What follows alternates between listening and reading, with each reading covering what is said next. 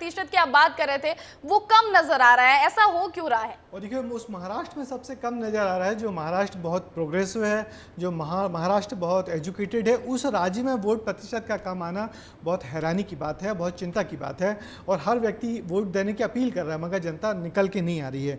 पर हमको लगता है कि जिस तरीके से महाराष्ट्र में पिछले 5 सालों में राजनीति हुई है, जिससे 5 सालों में पार्टियों में बंटवारा हुआ है, विभाजन हुआ है, तो लोगों के मन में जनता के मन में एक अरुचि पैदा हुई है कि वहाँ पे एनसीपी 2 भागों में बंट गई, शिवसेना 2 भागों में बंट गई, बीजेपी भर अकेली है। बाकी कांग्रेस तो बंटवारा होने के बाद भी एनसीपी हुई थी, और मगर एनसीपी को 2 भागों में तोड़ दिया गया। और महाराष्ट्र की बात करें तो वहाँ पे पिछले 5 साल में जो 3 लोग लीडर ऑफ अपोजिशन थे, नेता प्रतिपक्ष थे, वो आगे जाके सरकार में उप मुख्यमंत्री बन गए। तो ये जो राजनीति का जो आटा, जो ये समीकरण जो बदला है वो काफी दिलचस्प हो जाता है। लेकिन अभी हम जब बात कर रहे हैं तो महाराष्ट्र में वोटिंग प्रतिशत कम होने की आप बात कर रहे थे, मैं अमृत तिवारी से जानना चाहती हूँ कि लगातार ये बात निकलकर सामने आ रही है कि उत्तर भारतीयों को साधने की कोशिश हो रही है। आखिर ऐसा हो क्यों रहा है, ऐसा लग क्यों रहा है कि उत्तर भारतीय जो है वो नाराज है और उन्हें मनाने की कोशिश हो रही है?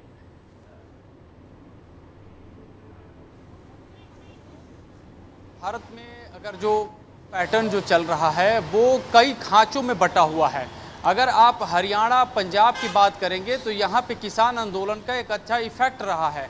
दूसरी तरफ देखेंगे तो यहाँ पे जो मूल रूप से जो इंडस्ट्रियल एरिया है वहाँ पे काम करने वाले लोग बाहर से आए और फिर यहाँ के मतदाता बने। तो इस हिसाब से देखेंगी तो पंजाब के शहर हो, हरियाणा के शहर हो या दिल्ली हो, तो इसमें जो है बाहरी लोगों पे, खासतौर पे यूपी बिहार के लोगों की बात की जाए तो उनको लेकर के अलग तरीके का यहाँ पे एक पैटर्न बना है, जिसको लेकर स्थानीय बनाम बाहरी की बात एक तरह से खींचने की कोशिश की जा रही है।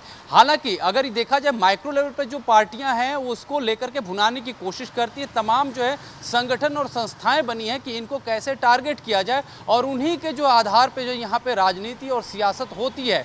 हालांकि कोशिश ये रही है शुरू में कि चुनाव को मुद्दों पे बांटा जाए या चुनाव को राष्ट्रवाद के मुद्दों पे बांटा जाए। अभी की जो स्थिति फिलहाल ना मुद्दे दिखाई दे रहे, ना राष्ट्रवाद की बात दिखाई दे रही। यहाँ पे जो बेसिकली व्यक्तिगत तौर पे किस समूह को, किस समुदाय को, किस जाति को कितना फायदा मिल रहा है उसके आधार पे वोटिंग चल रही है। मसलन अगर हरियाणा की बात कर लेती है तो हरियाणा में जहाँ पे जाट बनाम अमृत, आपने बहुत अच्छी बात कही है और इसी बात को हम आगे बढ़ाते हैं। आपने बहुत बढ़िया बात की कि चुनाव शुरू होता है मुद्दों को लेकर चुनाव, मगर वो जैसे जैसे चुनाव बढ़ता जाता है वो मुद्दे कहीं गायब होते जाते हैं। और जिस तरीके से आप कह रहे हैं कि अब क्षेत्रीयता और जातीयता इन सब में भटक जाती है। वैसे भी जो एक्सपर्ट्स हैं वो कहते हैं कि इंडियन इलेक्शन से यदि कास्ट को निकाल दिया जाए, जातिवाद को निकाल दिया जाए, तो इंडियन इलेक्शन में कुछ बचता नहीं है। तो आपने बड़ी गंभीर बात कही है और जो आप जब ग्राउंड पे देख भी रहे हो कि मुद्दों से शुरू ही राजनीति अब एकदम भटक गई है। अब वो क्षेत्रीय संगठन, जाति, इलाका इस सब में बढ़ गई है और इस सब के तहत टारगेट किया जा रहा है।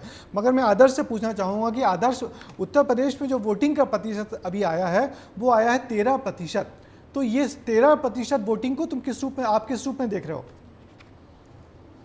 क्या वोटिंग और बढ़ेगी? सर बिल्कुल 13% आया है और हम अभी की अगर बात करें, रायबरेली की बात करें तो 13.60% यहाँ पर मतदान हुए हैं। अमेठी की बात करें तो 13.45% वहाँ पर मतदान हुए हैं।